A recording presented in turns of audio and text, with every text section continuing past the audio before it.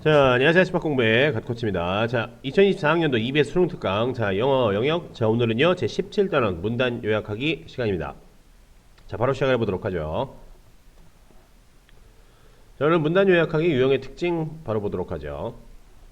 자, 첫 번째입니다. 자, 지문을 요약한 문장의 빈칸을 채워넣는 유형. 여기까지는 여러분 익히들 잘 알고 계십니다. 근데 여기 갑자기 이런 말이 나오죠. 풀이 방식이 정형화되어 있다. 무슨 얘기냐?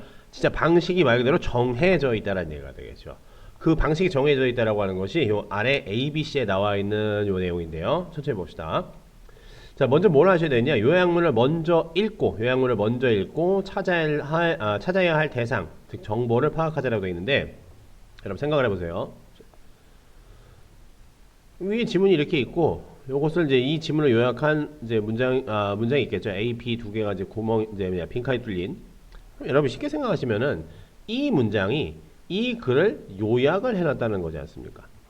그렇죠? 그러면은 아무리 짧고 간단하고 단순하게 요약을 한다 치더라도 이 지문에 대한 대략적인 정보가 이 안에 녹아들어 있을 수밖에 없다라는 얘기입니다. 무엇에 관한 글이겠구나라고 하는 정도의 흔적이 담겨 있다는 얘기가 되겠죠. 그것을 어느 정도 알고 이것을 읽는 것과 이걸 다 읽어놓고 무슨 내용이겠네 잠깐만 빈칸을 채워봐야지 하는 순간 아까 전에 읽었던 게 뭐지? 이렇게 된다는 얘기가 되겠죠.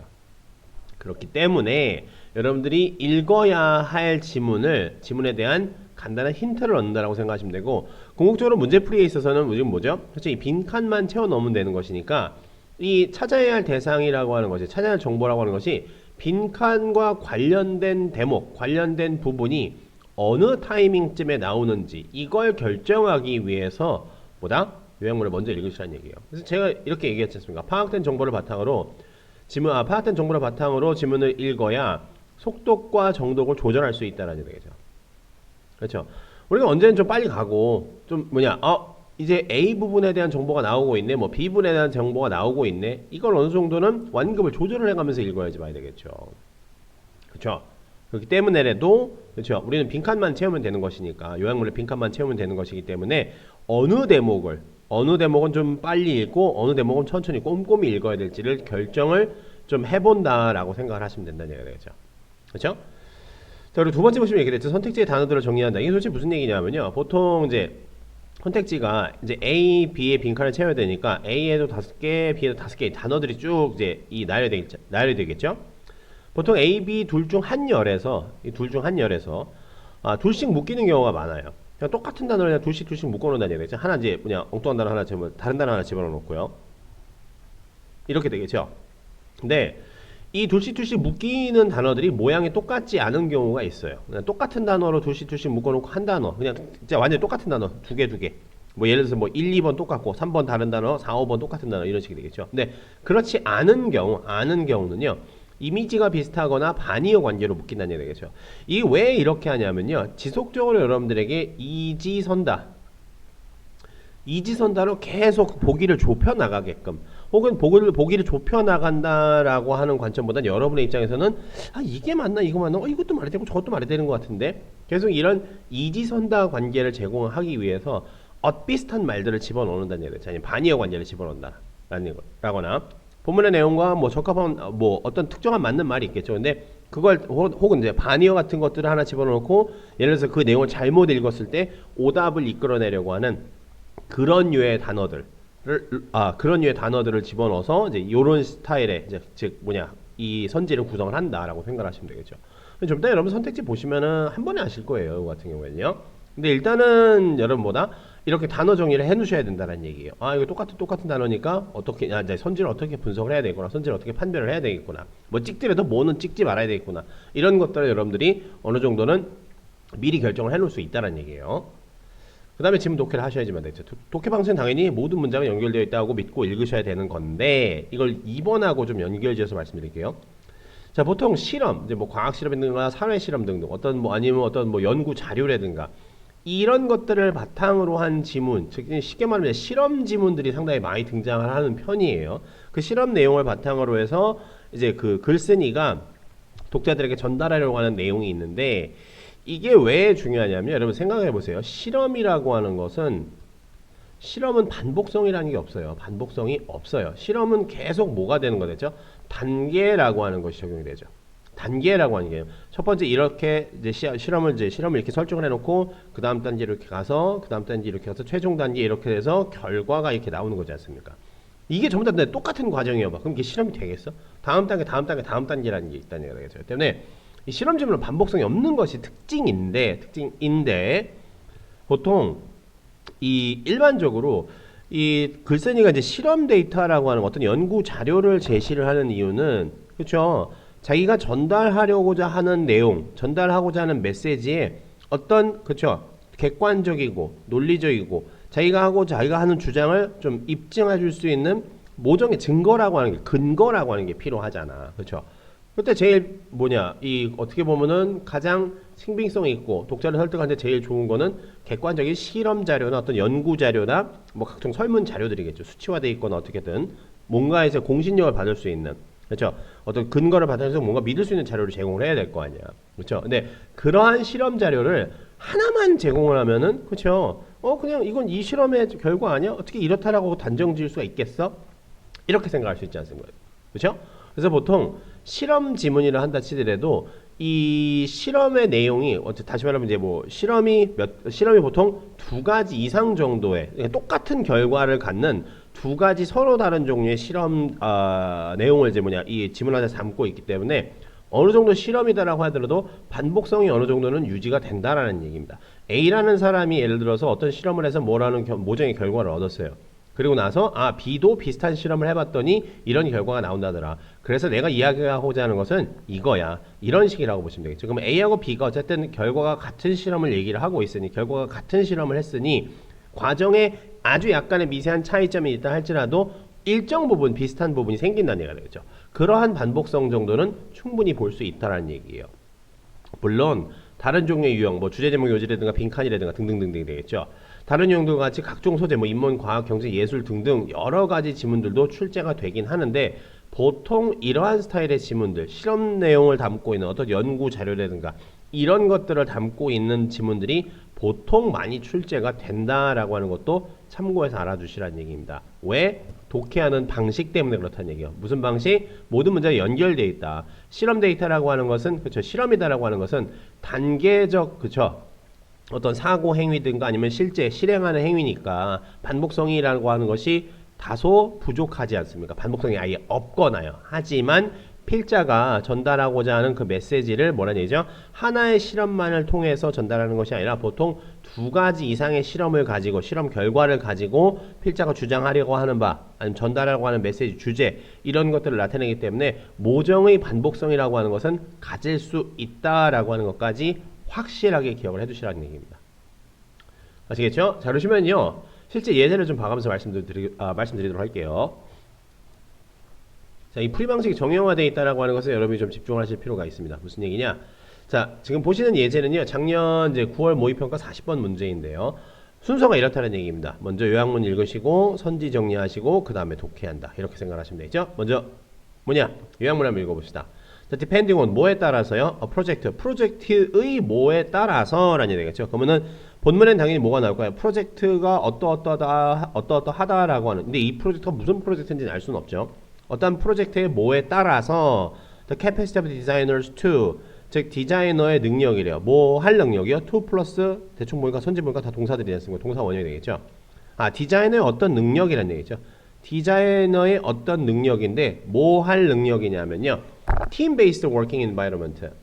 팀 단위로 일하는 이제 환경이라는 얘기죠. 팀 단위로 즉 여러 명이서 같이 일하는 환경을 뭐 할 디자이너의 능력이다라고 하는 것이 중요하대요. 뭐만큼요? Their personal quality. 그들의 개인적인 자질, 개인적인 특성 이런 거 못지않게 같이 협업해서 일을 하는 것을 할 능력이 중요하다라는 얘기가 되겠죠.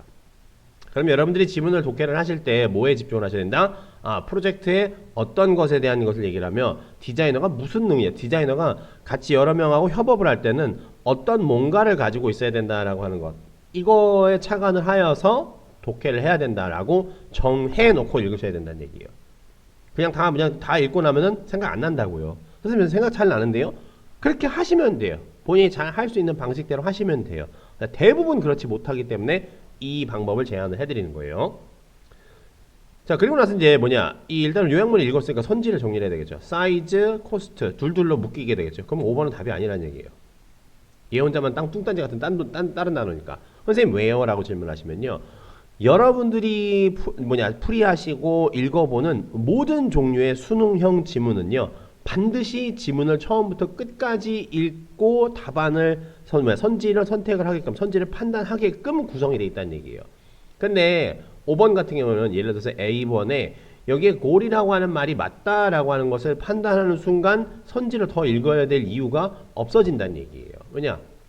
여기 보시면은 1, 3번하고 2, 4번이 이 뭐 꼴이 답이 되는 순간 얘는 그냥 다 답이 아니란 얘기잖아. 그럼 당연히 답은 5번이겠죠. 뻔해 번자. 그런 식으로 어느 한 부분에 해당하는 정보만을 가지고 문제가 해결되지 않도록, 문제가 해결될 수 없도록 문제를 출제를 구성한다는 얘기죠. 즉 거꾸로 얘기하면 이건 평가원의 출제 방침이에요. 평가원의 출제 방침으로서 지문의 어느 한 부분을 바탕으로 해서 정답이 도출되도록 문제를 구성하지 않는다라고 하는 게 평가원 문제, 즉 다시 말하면 수능형 모의고사 문제의 모든 기본적인 평가 지침, 평가 및 출제 지침이라는 얘기예요.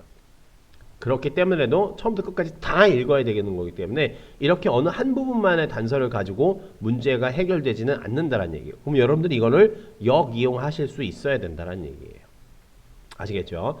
자, 그리고 잘 보시면요, 이건 진짜 이건 평가원 모의고사 문제들만이 갖는 특성인데 평가원 문제들이 이런 특성을 엄청나게 잘 반영합니다. 무슨 얘기냐? 잘 보세요. 코디네이트와 시스테마이즈는 조직하다라는 의미로서 이미지가 비슷하다는 얘기가 되겠죠. 아이덴티파이와 인베스티게이트, 아이덴티파이 확인하다, 인베스티게이트 조사하다, 뭔지 알아보는 거잖아. 이미지가 비슷한 단어라는 얘기입니다. 이노베이트, 얘만 혼자 딸라동 떨어져 있게 되겠죠. 그럼 얘도 답이 안 된다는 얘기예요. 계속 지속적으로 이지선다를 요구하게끔 선지를 구성을 한다는 얘기입니다. 평가원 문제는 이런 특성을 정말 잘 반영을 해서 출제를 해요. 나머지 평가원 문제가 아닌 것들이 이런 특성은 잘 반영돼서 출제가 안 돼요. 근데 이런 특성은요, 당연히 여러분 알고 있어야 되는 거예요. 아, 지속적으로 이지선다, 즉 다시 말해 둘 중에 어느 거 이러한 선택을 유발하게끔 선지를 구성을 한다라고 하는 것을 반드시 기억을 하셔야지만 돼요. 아시겠죠? 지속적인 이지선다를 도출한다. 유지선다를 도출? 너무 그럴싸한 말이니까 이지선다를 이끌어낸다. 계속 이지선다 하게끔, 이건가 저건가, 이것도 맞는 말 같고 저것도 맞는 말 같은데, 그래서 이거구나, 그래서 얘는 빠지겠구나. 지속적으로 두 개 중에 하나를 판단하게끔 만들어낸다는 얘기예요. 선택지 구성을. 이 특성은 정말 문제 풀이할 때 정말 매우 중요하니까 반드시 기억을 해두세요. 근데 아쉽게도 평가원에서 출제하지 않은 문제들은요, 이런 특성이 잘 반영이 안 돼 있어요. 그래서 평가원 문제를 여러분들이 많이 접해 보셔야 된다는 얘기예요. 그래서 평가원 기출은 정말 목숨 걸고 여러분보다 공부해 주셔야 된다는 얘기예요. 자, 그러시면 요 내용을 바탕으로 해서 이런 정보들을 바탕으로 해서 읽어봅시다. 자, 우리는 맨 처음 프로젝트에 대한 얘기를 찾아야지만 되겠죠. 대충 쓰고 보니까 이렇게 되겠죠. Striving to demonstrate individual personality, 어떤 개인의 특성을 나타내려고 하는 노력이라고 하는 것. 뭐를 통해서요? 디자인을 통해서요. Should not be surprising. 당연한 거겠죠. 어떤 디자인을 통해서 개인의 특성을 나타내려고, 개인의 개성을 나타내려고 하는 노력은 당연한 거래요. 그럼 디자이너 얘기 드리니까, 디자이너는 당연히 자기의 개성을 나타내는 거는 승질부려서가 아니라 디자인에 녹여내서 디자인을 통해서 보여주면 되는 거잖아. 그래서 대부분의 디자이너들은요, 자, educated to work as an individual, 혼자 일하죠. 그렇죠? 혼자 일하도록 보통 교육을 받죠. 그리고 design literature contains a countless 디자인에 대한 여러 가지 글들은요, 여러 가지 뭐라고 내가 문서들, 기록들이라고 하는 것은 contains countless reference to designer. 그렇죠? 여러 가지 이제 어떤 디자이너다라고 하는 아주 엄청난 뭐라냐 해야 되죠? 참고 문헌들을 남기게 되겠죠. 그렇죠? 왜냐? 여기 보시면 이제 자기 개성을 드러낸다라고 했었잖아. 그렇죠? 그러면 이 디자이너의 작품은 이런 개성을 드러내고 저 디자이너의 작품은 저런 개성을 드러내고 요 디자이너의 작품은 이런 개성을 이런 개성을 보여줘요. 여러 가지 내가 참고할 수 있을 만한 그런 기록들이 있을 거 아니야. 근데 여러분 실전에서는요, 이렇게 이해를 하실 필요가 없어요. 왜? 우린 디자이너가 대충 디자인의 얘기라고 하는 걸 알 수 있잖아. 맨 처음에 여기를 봐서도 그렇고 여기도 디자인에 대한 얘기가 나오고 있으니까 그러면 디자인이라고 도대체 무슨 프로젝트를 하는데 라고 하는 것만 찾아내시면 된다는 얘기예요. 봅시다. 자, personal flair, flair라고 나오죠. 재능이라고 나오죠. flair라고 한 단어는 여러분 좀 외워주실 필요가 있어요. 작년 수능에서 아마 제가 알고 있기로 처음 나온 단어인데 이거 생각보다 되게 많이 쓰이는 단어예요. 일반 수능 이외에 다른 시험에서는요. 그러면 수능 이외에 다른 시험에서도 다 많이 쓰인다는 얘기는 얼마든지 수능에서도 다시 쓰일 가능성이 매우 높다는 얘기예요. 자, 봅시다. 자, personal, 뭐, 어떤 개인적인 재능, without a doubt, is without doubt, 의심할 여지 없이, 당연히, 엄청난, 뭐, 당연히 절대적으로 필요한 것이 되겠죠. In some product categories, 뭐, 어떤 뭐 제품군에서는요, 일반적으로 작은 프로젝트들에서는요, 작은 프로젝트라고 나오죠. 작은 프로젝트. With a low degree of technical complexity. 무슨 얘기나? 그쵸? 뭐, 기술적으로 별로 복잡하지 않은 애들. 어떤 거? 예를 들어서 가구나 조명이나 아니면 작은 뭐 소형 가전제품이라든가 아니면 집에서 쓰는 가정용품들 같은 거 이런 것들은 뭐라는 얘기가 되겠죠? 그렇죠? 어떤 개인적인 재능이라고 하는 것이 매우 절대적이다라는 얘기가 되겠죠. 그렇죠? 근데 large scale 프로젝트라고 되죠. large scale, small object, large, small 뭐에 대한 얘기가 되겠죠? 크기에 대한 얘기가 되겠죠. 그러면 크기니까 그러면 사이즈에 관련된 얘기구나. 그러면 1번 아니면 3번이 답이 되겠구나 라는 얘기가 되겠죠. 충분히 이해가시죠?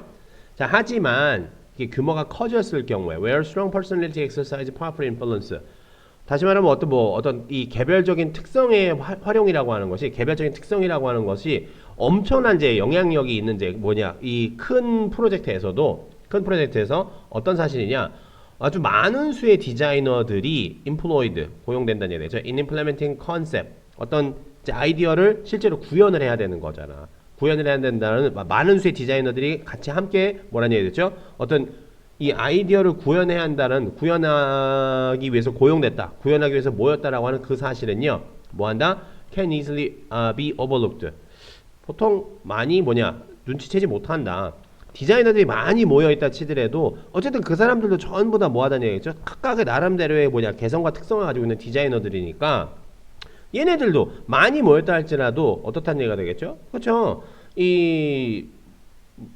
자기의 이제 개성을 나타내야 될 거 아니야. 근데 수가 많은 사람이 모였다라고 해서 그 사람들의 특성을 보여야 돼. 그 사람의 특성을 나타내야 된다라고 한다라고 하는 그런 점이 그렇죠? 보통 일반적으로 사람들은 그런 것들 잘 못 보고 지나치게 된다는 얘기죠. 사람 너무 많으니까. 많아도 얘네들 나름대로 각각의 개성이다라고 하는 것은 다 나타낼 수 있겠구나 이런 걸 알아야 되는데 그런 걸 많이 눈치채지 못하고 지나간다는 얘기예요. 근데 여러분 보니까 여기 지금 뭐 나오죠? Team-based working environment, substantial numbers of designers라고 얘기했어요. 꽤나 많은 수의 디자이너들이니까 슬슬 무슨 얘기가 나오기 시작을 한다? 이제 집단으로 팀 단위로 일하는 것에 대한 얘기가 나오기 시작하는구나 라는 얘기가 되겠죠. 이러니까 뭐 하다는 얘기가 되겠죠? 그렇죠? 이런 걸 자주 이제 놓치게 되니까 emphasis on individuality 어떤 개인에 대한 어떤 개인적인 특성에 대한 강조라고 하는 것이 당연히 문제화시 된다는 얘기가 되겠죠.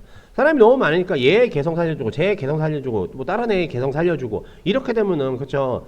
말 그대로 사공이 많으면 배가 산으로 가는 거지 않습니까? 나는 이쪽으로 갈래, 나는 저쪽으로 갈래, 아니야 나는 그쪽 말고 다른 데로 갈래. 이렇게 돼버리면 난리가 나는 거잖아요. 그렇죠? 그래서 뭐 한다는 얘기죠? rather than actually doing, rather than actually designing. 실제로 디자인을 하기보다는요. many successful designer personalities. 그렇죠? 많은 성공한 훌륭한 디자이너들은요. 좀 유명한 디자이너들은 function 어떻게 기능을 한다? 크리에이티브 매니저로서 기능을 한다는 얘기죠. 매니저로서. 성공한 사람들은 매니저로서 기능을 한다는 얘기죠. 관리자로서 기능을 한다는 얘기가 되겠죠. 많은 사람들을 데리고 내가 큰 규모의 작업을 해야 되니까 그쵸? 실제로 뭔가 디자인을 하기보다는 뭐 하다는 얘기가 되죠? 그 각각 디자이너들의 개성을 살려주기 위해서 걔네들을 뭐 하는 입장에 있다? 관리를 해주는 입장이라는 얘기가 되겠죠. 그래서 잘 보세요. Distinction needs to be made. 구분을 해줘야 된다는 얘기가 되죠. Designers working truly alone. 혼자 일하는 거랑 those working in group. 그렇죠? 그룹 단위로 일하는 거랑은 구분을 해줘야 된다는 얘기가 되겠죠. 자, in latter case가 뭡니까? 그렇죠? 집단으로 이제 그룹 단위로 일하는 거, 팀 단위로 일하는 건요.